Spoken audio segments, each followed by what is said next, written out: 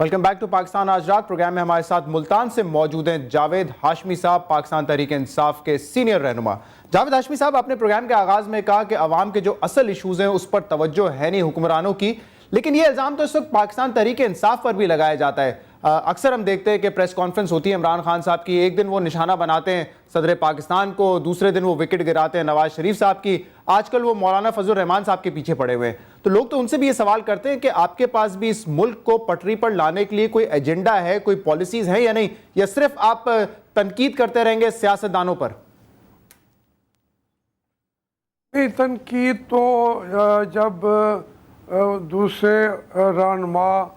شروع کرتے ہیں، اور تنقید بھی میرے خیال میں بے جا کرتے ہیں عمران پہ، اور ایسی باتیں کرتے ہیں جو میں سمجھتا ہوں کہ مسلمان معاشرے میں اس طرح کی باتیں کہیں بھی نہیں جاتی،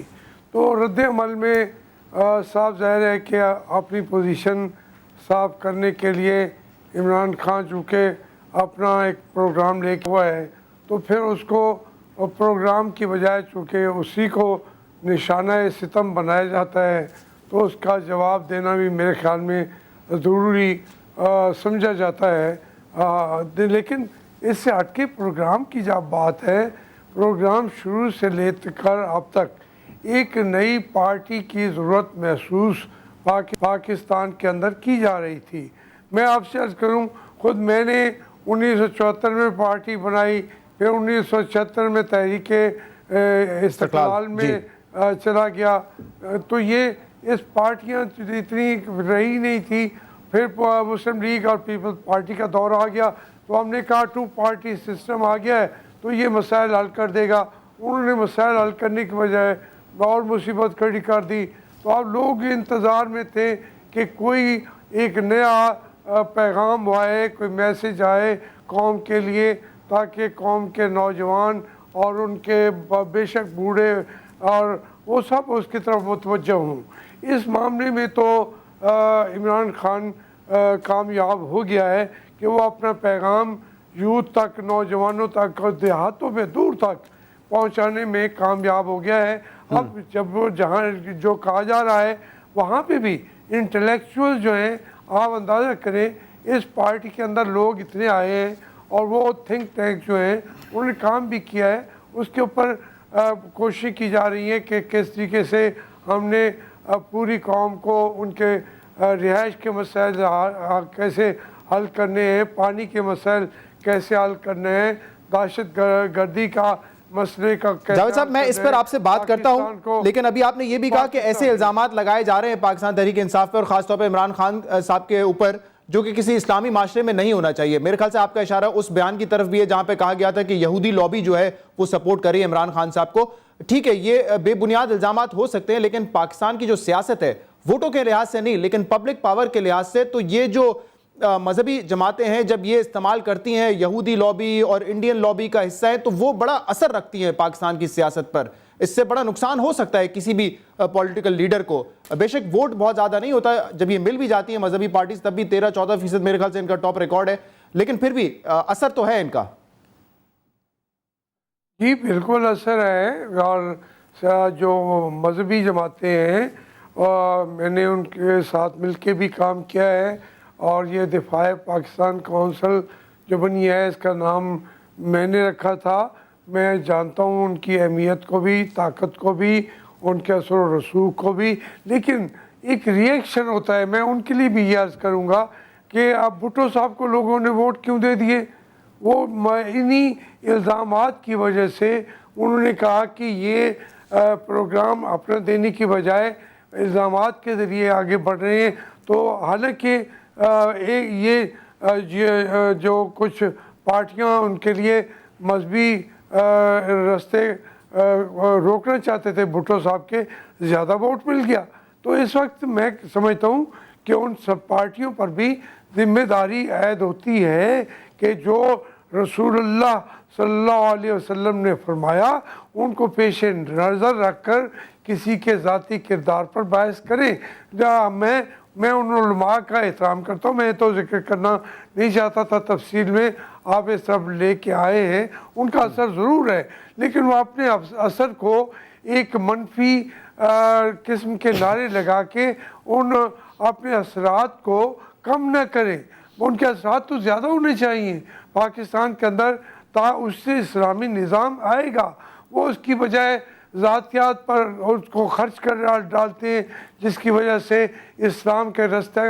اسلام کا انقلاب کا راستہ کھوٹا ہو جاتا ہے. وقتی طور پر فائدہ شاید کچھ علماء کو ہو جاتا ہو, لیکن عملی طور پہ اس کا فائدہ نہیں ہوتا. تو میں ان کا اثر مانتا ہوں, اور وہ یقیناً وہ چلیں گے, ہم ساتھ ہمارے بھی چلیں گے وہ. ٹھیک ہے. جاوید ہاشمی صاحب یہ بتائیں کہ کسی بھی جماعت میں, چاہے وہ آپ کی جماعت ہو یا کوئی اور جماعت ہو, جب اتنے سارے امیر طبقے کے لوگ بیٹھے ہوئے ہوں, جب اتنے سارے سرمایہ دار جاگیردار وڈیرے بیٹھے ہوئے ہوں, تو کیا کبھی بھی وہ ملک میں غریب آدمی کے لیے پالیسی بنائیں گے, یا صرف ان کی پالیسیز جو ہیں اپنے آپ کو فائدہ پہنچانے کے لیے ہوں گی؟ بالکل نہیں بنائیں گے, غریب کے لیے بالکل نہیں بنائیں گے. انہوں نے یہ بیڑا غرق کیا ہے. دولت مند جو لوگ سیاست میں آئے ہیں, بڑی بدقسمتی یہ اور ہو گئی ہے. جو یہودی نظام ہے وہ وہی, اور پورے ملک میں ہو نہ ہو, وہ ہے ارتکاز دولت ہے. اور بڑے بڑے انہوں نے اس میں بڑے لوگوں کو دنیا میں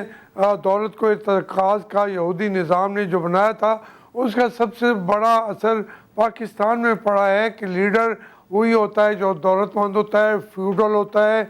ظالم ہوتا ہے اپنے علاقوں میں, وہ اپنے مفادات کے تحفظ میں آ جاتا ہے اسمبلیوں میں, اور پھر وہ غریب آدمی کے لیے قانون کیوں بنائے گا؟ تو جاوید ہاشمی صاحب, پاکستان تحریک انصاف جو کہ آپ کہہ رہے ہیں کہ تیسری بڑی قوت بن گئی ہے, لوگ دیکھ رہے ہیں کہ یہ پارٹی جو ہے انقلاب لے کے آئے گی, تبدیلی لے کے آئے گی, تو اس میں بھی تو ایک بڑا چنک جو خاص طور پہ آپ کے آگے پیچھے لوگ شامل ہوئے ہیں اس پارٹی میں, وہ بھی تو اسی طبقے سے تعلق رکھتے ہیں, سرمایہ دار ہیں, جاگیردار ہیں. ماشاءاللہ آپ کے پارٹی میں تو ایسے لوگ ہیں جن کے اپنے پرائیویٹ جیٹ بھی ہیں, اور وہ آج کل آپ کی جو پالیسی جو گروپ ہے اس کو ہیڈ بھی کر رہے ہیں اور خان صاحب کے ساتھ ساتھ گھومتے ہیں. تو وہ لوگ کیسے پھر چینج لے کر آئیں گے؟ یہ بڑا اہم سوال ہے جو سب کے ذہنوں میں ہے.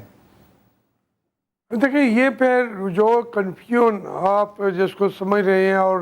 جو جس کو آپ کی بات سے یقیناً یہ سچائی ہے اس کے اندر, کہ اگر اسی مقصد کے لیے ہی تحریک انصاف نے آنا تھا کہ بڑے بڑے جیٹ ہوں اور وہی اہمیت کے حامل ہوں, انہی کی بات سنی جائے, تو اس پارٹی کا کیا فائدہ ہوگا؟ سچی بات یہ ہے کہ جو یہاں اس پارٹی میں تقریباً, میں نے پہلے بھی کہا تھا کہ اس پارٹی یہ پہلی پارٹی ہوگی کہ جو دوسری پارٹیوں میں 70 سے 80% ٹکٹ فیوڈلز کو دیے جاتے ہیں, بڑے بڑے انڈسٹریلسٹوں کو دیے جاتے ہیں, بڑی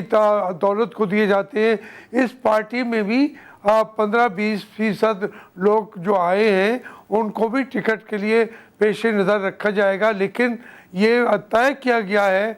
کہ اس کا جو